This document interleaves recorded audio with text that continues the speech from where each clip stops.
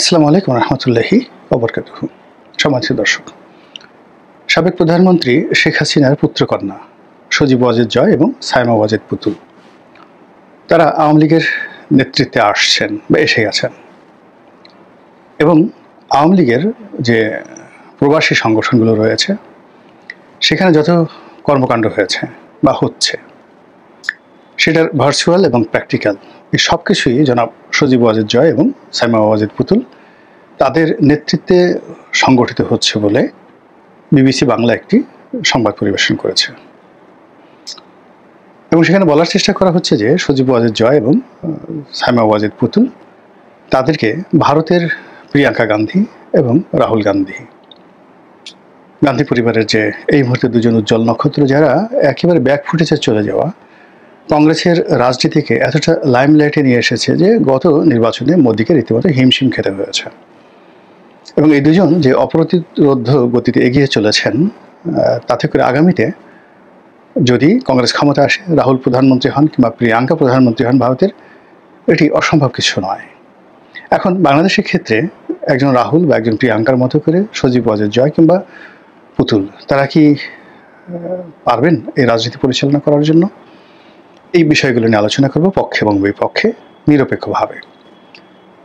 প্রথমত রাহুল গান্ধী এবং প্রিয়াঙ্কা গান্ধী, আর বাংলাদেশে সজীব ওয়াজেদ জয় এবং পুতুল, এই দুজনের মধ্যে ব্যক্তিগত মিল অমিলের কথা বলে নেই।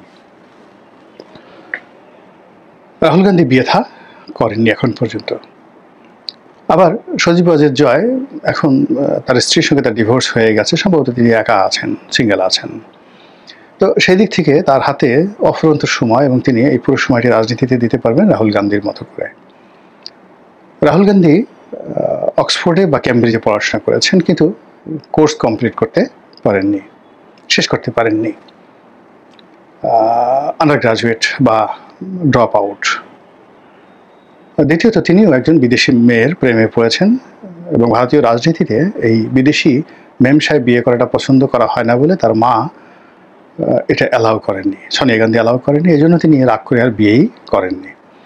তো তাকে নিয়ে নানা রকম, এখন জয়কে নিয়ে যেভাবে ঠাট্টা মশকরা অনেকে করার চেষ্টা করছে, জয় হাতের ট্যাটু আঁকে, সামনে কুকুর নিয়ে ঘোরাফেরা করে, তারপর সে ভালো মতো বাংলা জানে না, রাজনীতি তো একেবারেই বোঝে না। তো এরকম কথাবার্তা কিন্তু রাহুল গান্ধীকে নিয়ে হতো এবং তাকে পাপ্পু বলে ডাকা হতো। পাপ্পু মানে ছোট বালক, বাচ্চা ছেলে। আবার আরও খারাপও, পাপ্পু বলতে কুকুরের বাচ্চা, মানে পাপ্পি, এরকম মানে বাজে শব্দে তার প্রতিপক্ষরা তাকে নিয়ে ঠাট্টা করতো, মস্করা করতো, ট্রল করতো। ঠিক সেই জায়গা থেকে তিনি এখন যে জায়গাতে চলে এসেছেন, এখন তাকে শ্রদ্ধা করা হয়, তার জনপ্রিয়তা রয়েছে এবং তিনি তার যে বক্তব্য পার্লামেন্টে যখন তিনি দিতে যান ওটা সারা দুনিয়া শুনতে চায়, সারা দুনিয়া, কেবল ভারতবাসী নয়। তিনি সেই পর্যায়ে চলে গেছেন। তো সেদিক থেকে যদি সজীব ওয়াজেদ জয়কে আপনি তুলনা করেন, তাহলে সোনিয়া গান্ধী, তারপরে রাজীব গান্ধী, তাদের যে মেধা, মননশীলতা, যোগ্যতা, সেই তুলনায় শেখ হাসিনা এবং তার স্বামী ডক্টর ওয়াজেদ, বাংলাদেশের প্রেক্ষাপটে তাদের বংশ, তাদের জেনেটিক ইঞ্জিনিয়ারিং এবং বিশেষ করে ডক্টর ওয়াজেদের যে মেধা এবং তার যে পাণ্ডিত্য, তার যে ভালো ছাত্র, এই পর্যায়ে বাংলাদেশে খুব অল্প লোক আছে। এত মেধাবী, ডক্টর ওয়াজেদের মতো মেধাবী মানুষ খুব কম রয়েছে। ফলে তাদের সন্তান হিসেবে জেনেটিক্যালি তার যে আইকিউ লেভেল, এটা 9+ থাকবে, 9-এর উপরে থাকবে। আর 9-এর উপরে যখন কারো আইকিউ হয়ে যায় তাকে একটু একটু পাগল মনে হয়। মানে আমরা যারা সাধারণ সমাজে বসবাস করি, আমাদের যাদের আইকিউ লেভেল 7-এর নিচে, বিলো 7, তারা স্বাভাবিক মানুষ। আর যারা 9-এর উঠে যায়, 9+ হয়ে যায়, তাদেরকে মনে হয় যে এটা একটু পাগলা, একটু এলোমেলো। কিন্তু তাদের যে জ্ঞান গরিমা, ওটা একটা নির্দিষ্ট জায়গায় গিয়ে এতটা বিস্ফোরিত হয় সময়কালে, যেটা কল্পনাই করা যায় না, যেভাবে আইনস্টাইনের ক্ষেত্রে হয়েছে। তো এনিওয়ে, তো সজীব ওয়াজেদ জয়ের যে মেধা এবং যোগ্যতা, লেখাপড়া, পরিবার, এটা এখনও প্রমাণের সময় আসেনি। তবে তিনি যেখানে পড়াশোনা করেছেন, যেমন হার্ভার্ডে পড়াশোনা করেছেন, তো হার্ভার্ডে পড়াশোনা করাটা চারটিখানি বিষয় না। এখানে টাকা দিয়ে অনেকে পড়াশোনা করতে পারে, তারপর শেষে বিভিন্ন দেশের সরকার প্রধান, রাষ্ট্রপ্রধানদের জন্য ক্যামব্রিজ, হার্ভার্ড, অক্সফোর্ডে বিশেষ কোটা থাকে। তো যে কোটাই হোক না কেন, তিনি সেখানে পড়েছেন এবং সেখান থেকে তিনি ড্রপ আউট হননি। সেখানে হয়তো যে কোটাই ভর্তি হোক না কেন, পাশ করাটা কিন্তু এত সহজ বিষয় নয়।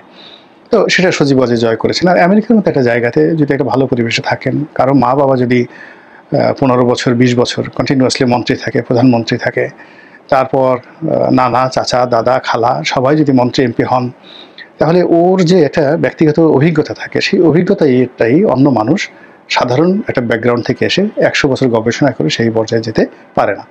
ফলে তার পক্ষে সম্ভব যদি সে চেষ্টা করে। 2 নম্বর হলো যে পুতুলের অবস্থা জয়ের চেয়ে একটু better, because she is mild, রাগ হন না, যেটা রাজনীতির জন্য খুব দরকার। অশালীন অশ্রাব্য কথাবার্তা বলেন না, এবং আমরা কখনো তাকে উত্তেজিত অবস্থায় দেখিনি। তার ব্যক্তিগত জীবনে অনেক ঝড় গিয়েছে, তার সঙ্গে তার স্বামীর ডিভোর্স হয়ে গেছে। তো সেই জায়গাতে তার এই ব্যক্তিগত বেদনা, কষ্ট, এগুলো তার চোখে মুখে কখনো ফুটে ওঠেনি। তিনি খুব অল্প মিডিয়ার সামনে এসেছেন, কিন্তু যতবারই এসেছেন ততবারই তার যে বক্তব্য দেশে এবং দেশের বাইরে, ওটার মধ্যে মাধুর্য ছিল, শালীনতা ছিল, এবং বাংলাদেশের যে চূড়ান্ত লেভেলের বিনয় এবং ভদ্রতা, যদি কোনো পলিটিক্যাল ফ্যামিলির থেকে কোনো নারী বা পুরুষ সেটা প্রকাশ করে থাকে, আমরা পুতুলের ক্ষেত্রে সেটা দেখেছি।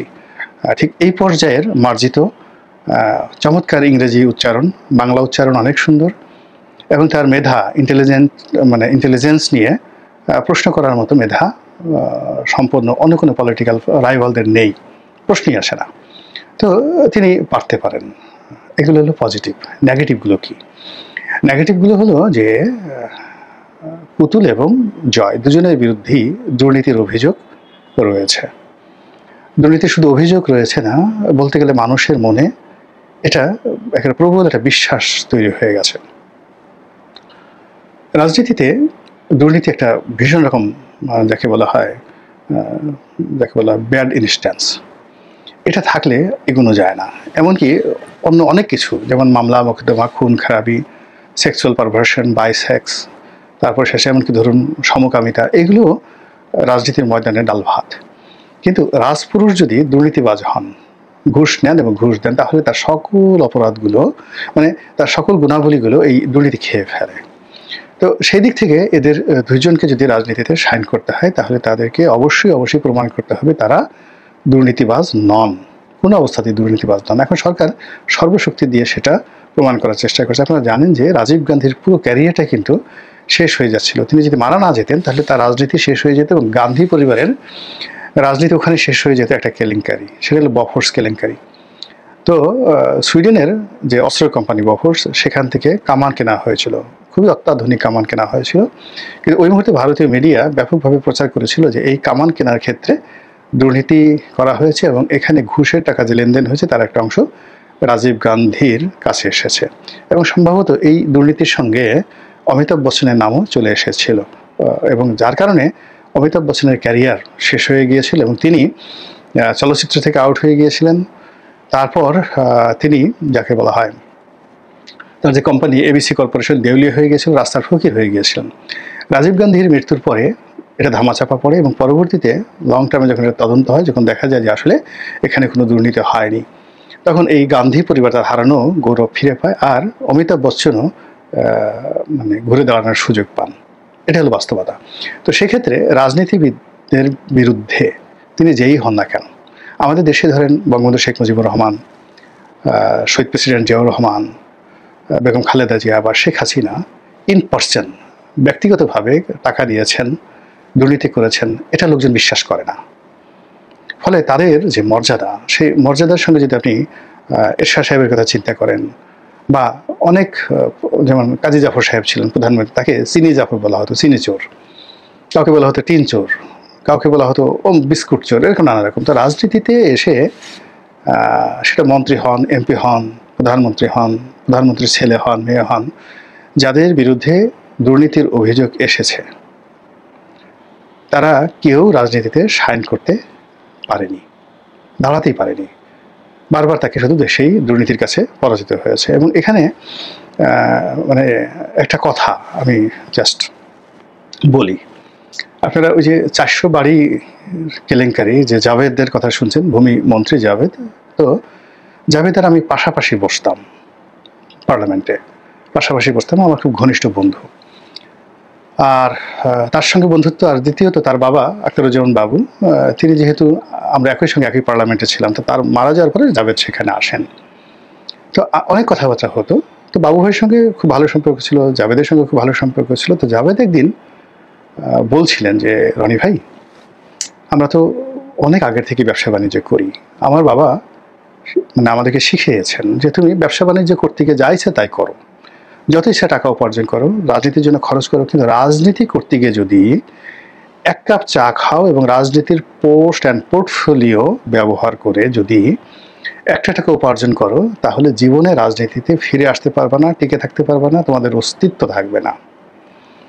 এই কথাটা উনি আমাকে বলেছিলেন। পরে যখন তিনি ইংল্যান্ডে পালিয়ে গেলেন এবং এই তার বিরুদ্ধে যখন এই সমস্ত বাড়ি ঠাড়ির মামলা হলো বা অভিযোগ এলো, তখন হঠাৎ করে একদিন তার সঙ্গে আমার কথা হলো। তা আমি একটা ভিডিওতে বলেছিলাম যে চাকরিটা করার কথা না, হওয়ার কথা না। এই কারণ হলো এই পরিবারটা 4 জেনারেশন ধরে তারা ব্যবসা বাণিজ্য করছে এবং অনেক বড় ব্যবসায়ী। তাদের সেই স্বাধীনতার আগের থেকে আমেরিকাতে বাড়ি গাড়ি, লন্ডনে বাড়ি গাড়ি, মানে মুক্তিযুদ্ধের আগের থেকে, আখতারুজ্জামান বাবুর। তো কাজেই তারা কেন দুর্নীতি করবেন? একইভাবে সালাউদ্দিন কাদের চৌধুরীর ফ্যামিলি সম্পর্কে আমি বলতে পারি, তাদের তো দুর্নীতি করার দরকার নেই, একেবারে দরকার না। হাতি মরলেও লাখ টাকা। তো সেই কারণে জাভেদ আমাকে একদিন টেলিফোন করলেন এবং বললেন যে, রনি ভাই, আপনার কথাটা শুনে আমার কান্না এসে গেছে, বিকজ আপনি আমাকে এই সময়ে স্মরণ করেছেন।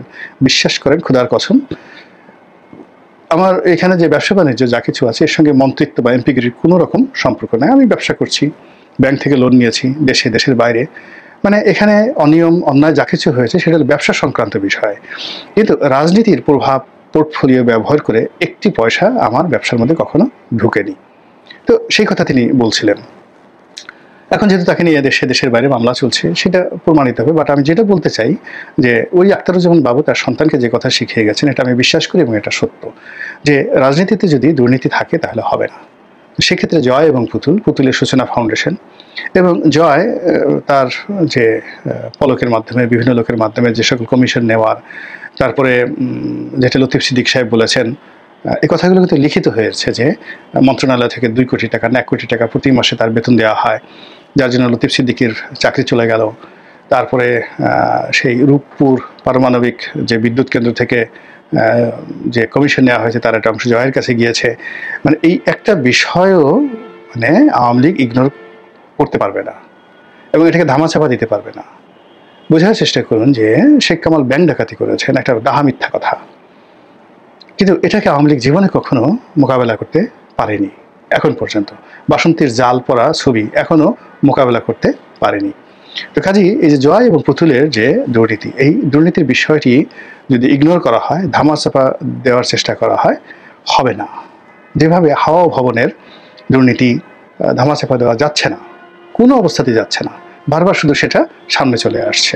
কিছুদিন ছাইচাপা ছিল, কিন্তু আবার সেটা সুনামির মতো বের হয়ে আসছে।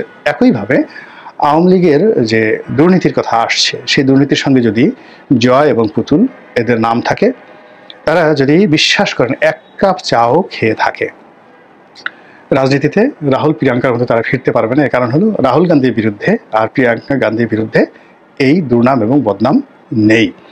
তাদের যে অনভিজ্ঞতা ছিল, তাদের যে সকল লোফল ছিল, পার্টির ভুল ছিল, কংগ্রেসের ভুল ছিল, সব দায় তারা নিয়েছেন।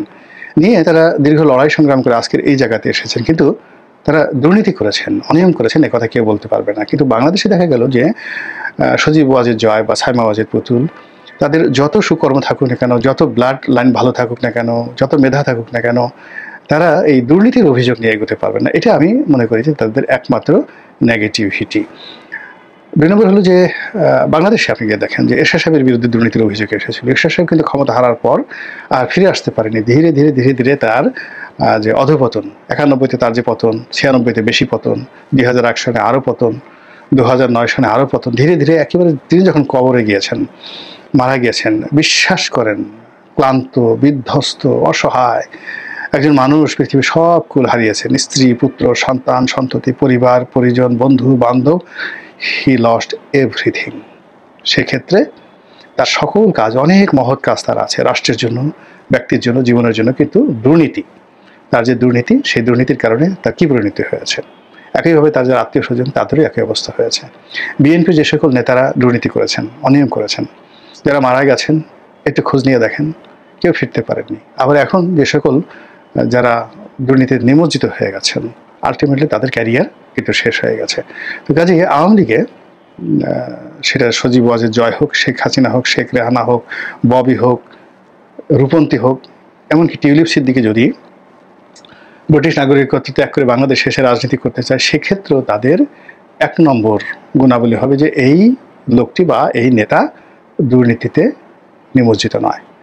একটা সময় ওবায়দুল কাদের সাহেব ভালো রাজনীতি করতেন, চাঁদা নিতেন মানুষের কাছ থেকে, দিত অল্প, খুব অল্প, কেউ একটা শার্ট দিত, কেউ একটা ঘড়ি দিত, কেউ হয়তো ১০,০০০ টাকা খুশি হয়ে দিত। এটা রাজনীতিতে মানে খুব সহজ সরল একটা বিষয়। কিন্তু যখন পদ পদবি ব্যবহার করে বড় অঙ্কের দুর্নীতির অভিযোগ তার বিরুদ্ধে আসলো, মুহূর্তের মধ্যে তিনি সব হারালেন এবং এখন তিনি যেখানে আছেন সেখান থেকে আপনার কি মনে হয় কখনো তিনি আর ফিরতে পারবেন না। তো সেই ক্ষেত্রে বিবিসি যে রিপোর্ট করেছে, সেই রিপোর্টের প্রেক্ষিতে আমি মাত্র ২টো বিষয় নিয়ে আলোচনা করলাম, আর অনেক বিষয় নিয়ে আলোচনা করা যেতে পারে এবং আপনারা মিলিয়ে দেখবেন যে জয় এবং পুতুল শত চেষ্টা করলেও এই যে দুটো সমীকরণ, এই দুটো সমীকরণের বাইরে তারা যেতে পারবেন না।